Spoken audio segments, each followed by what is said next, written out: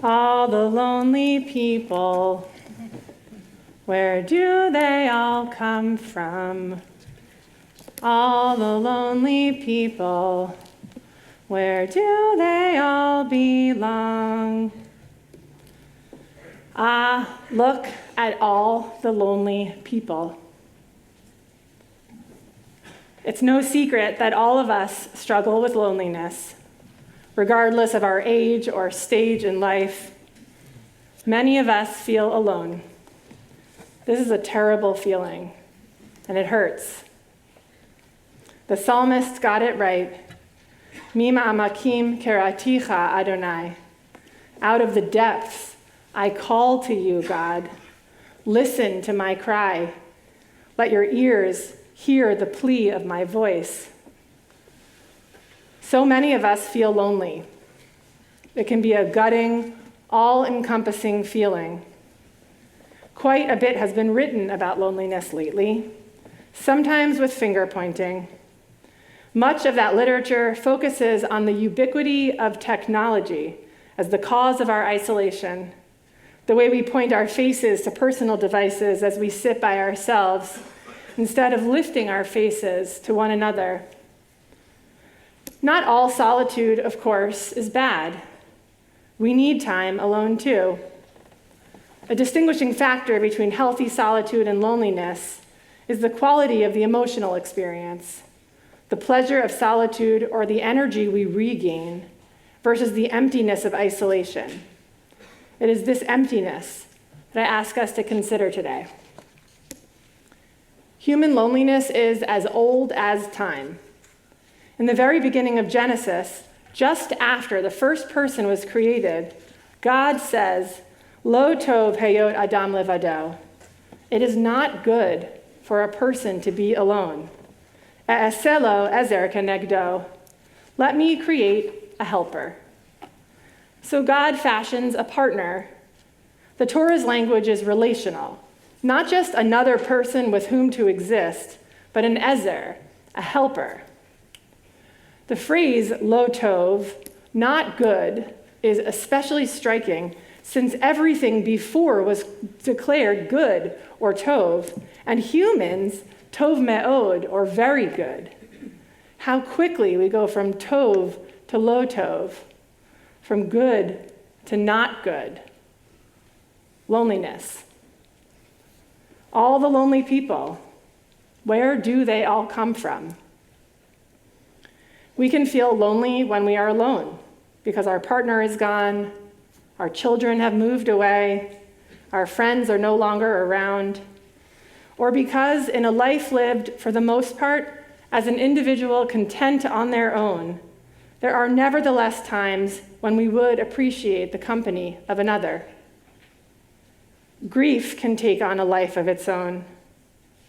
Some of us feel lonely because we live with chronic illness, limiting what we can do, or because we live with an invisible illness that we can mask but we cannot escape. We can even feel lonely when we are surrounded by people, if we feel not seen, not understood, not wanted. And of course, a prerequisite to connection is sharing ourselves. If we are surrounded by people but not letting ourselves be seen, there is little chance of genuine connection. You have so vulnerably and generously shared your stories of loneliness with me. Perhaps this is part of your story. Months or years after the death of someone who was part of you, a spouse, a sibling, a friend, or heartbreakingly a child, you have told me of a void, a missing piece of yourself. And after a time, the calls stop, and people return to their lives, and maybe so do you. But the emptiness persists. Or perhaps this is part of your story. To the casual observer, your life looks very good. But self-consciousness, shame, or fear keeps you from genuine connection. Sitting with friends, you can't bring yourself to share a diagnosis or a preoccupying concern about a spouse or a child. Sharing feels too exposing, too vulnerable, so you remain quiet, and loneliness sets in. Some of us feel lonely because we don't share our families' or our community's political views. The lone progressive in a largely conservative setting, or vice versa. Or because we are part of the LGBTQIA community and we can feel outside or isolated in a largely heteronormative setting. A person of color may have that experience in a largely white environment as well. Or all of the other ways that we differ from one another, which can trigger a feeling of being outside or misunderstood or lonely. There is another kind of loneliness that we have come to know these past years. As a Jew in the world, we may feel othered or misunderstood at best, reviled or afraid at worst. We can feel that we should not talk about our Jewishness, that we should keep it quiet, not be so loud. And no matter our thoughts or questions about Israel, we may feel alone in our beliefs. Maybe everyone around us seems certain, but we feel unsure and alone. Just this fall, one of our confident, well-educated teens here at Barnert shared a story. Sitting at lunch with friends, she often finds herself in conversations that wander to the war in Israel and Gaza. Everyone knows how I feel about Israel, she said, the love and the complexity, but still in the conversation is always about Israel, the evildoer, and Palestinians, the innocent victims, oversimplified and dangerous. By now, I mostly just bite my tongue because I don't want to lose my friends. Some of us have experienced Jewish loneliness out in the world. Organizations with which we were once meaningfully involved do not speak out against anti-Semitism. Where are the rest of the voices condemning anti-Semitism, speaking out against hatred or threats to Jews and Jewish communities, which have multiplied by magnitudes in the last 2 years? Where are the voices of those whose causes we championed, or worse yet, our friends? So yeah, there are a lot of different ways we can be lonely. In grief, in illness, in conflict, in identity, as Jews. Johann Hari, a writer and journalist, said it clearly. To end loneliness, you need other people plus something else. You also need to feel you are sharing something.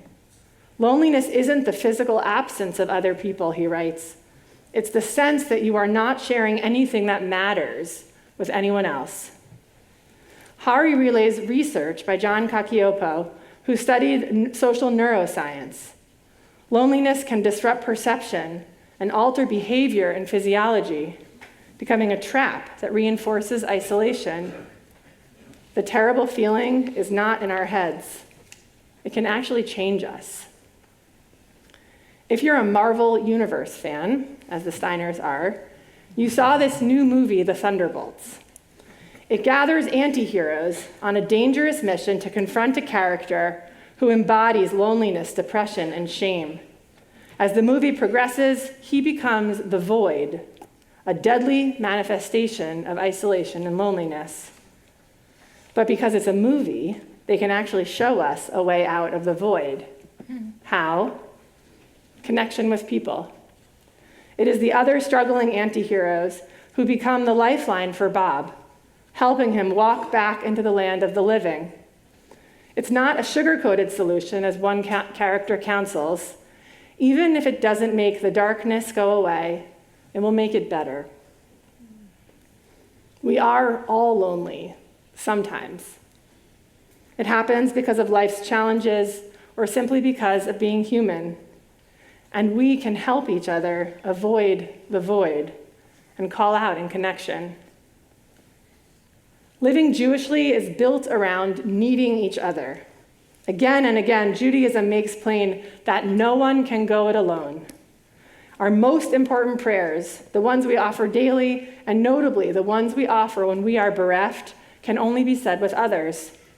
This is true for something as everyday as the Baruch Hu, which purposefully Barnert did not say during the lockdown, waiting to recite this call and response until we were together and could hear each other's voices. To the mourner's Kaddish, a mourner's obligation to recite, but that requires a minyan to oblige. Commenting on this critical understanding of what it means to be Jewish, Rabbi Jonathan Sacks amends Martin Buber's seminal aspiration of I-thou relationships and suggests instead that our success as a people is because of our we-thou connections. And this isn't just a rabbi's hunch. Studies have shown that we are changed by the company we keep. What matters more than belief, then, is what we do. So to our atheists, our agnostics, and our skeptics in the room, you too belong here. You want to feel part of something in Jewish community at Barnert, or to help others know that they matter and are not alone? Show up, to volunteer, to celebrate Shabbat, to learn, just to be together. Belief is not required. Your presence may lift a neighbor's loneliness. So what if we begin by being open with each other, with our doubts and our loves, our worries and our grief? What if we believe that being together can help us feel we belong? Let's help each other get out of our own way. Come because you feel lonely. Come because you know your presence helps me feel less alone. Come because belonging is an experience that we can only create together. We can learn something from Hebrew about how to overcome the loneliness that comes with being human when we do not feel truly seen. The Hebrew word for congregation, edah, can teach us something about becoming a people of belonging. The first two letters of this word, ayin and dalet, spell aid, which means witness. We counteract loneliness when we are witness to each other, witness of all the good we share and all the challenges we face when we don't go it alone. The beauty of showing up and witnessing is that we don't have to pretend that everything is fine. Instead, it invites us to hold our broken alongside our beautiful. Remember when Moses received the 10 Commandments and then shattered them in anger when he saw the people worshiping the golden calf? Later, he would return to God for a new set. But what happened to those first broken bits? Our creative collective has imagined that someone or someones gathered the pieces, shard by shard, carefully placing each broken piece into another ark, and that this ark was carried alongside the whole tablets for the rest of the Israelites' journey. We drag around our brokenness in the same container as our holiness. We drag around our loneliness like a weight that can hold us back from belonging. But what if instead we come with our grief and our longing and our broken, open hearts? What if instead we show up for each other so we can see each other, even when we are sad or scared, so that we don't have to feel so alone? This is an invitation for all of us. It's even an obligation for all of us. Our structure of Jewish living requires us to show up in celebration and sadness, in simcha and shiva alike. Showing up takes work, these disconnected days more than ever. While devices make connection possible when we're separated by distance or health concerns, many of us end up superficially connected by these little screens, growing more distant from one another. This is part of what contributes to our loneliness. When we send out congregational emails about a death for someone in our Barnert community, it is an invitation to show up to a funeral or a shiva, to say, we live in community together, and I will be with you. This is true whether you knew the person well or not at all. Go to shiva. I know this almost always involves rearranging plans, which is hard to do. I want you also to know, though, that it really matters. Your presence will help others feel less lonely. And you know what? It will also make you feel less lonely. Showing up reminds us that we matter too. And here's a bonus to living thick Jewish lives. We also respond to that feeling of Jewish loneliness.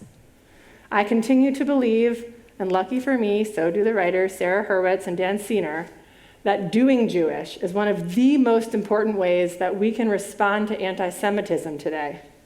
But instead, Hurwitz writes, we can fight anti-Semitism, but instead of trying to bail out a tsunami with buckets, we should also build an ark, doing Jewish. Steiner reflects that there's one thing entirely within our control, and it's the one thing anti-Semites want to disrupt, whether we choose to lead Jewish lives. So how do we counteract Jewish loneliness? We do all of this Jewish living, a response to the haters, becoming creators of our own belonging. Singing together helps us feel less alone, too.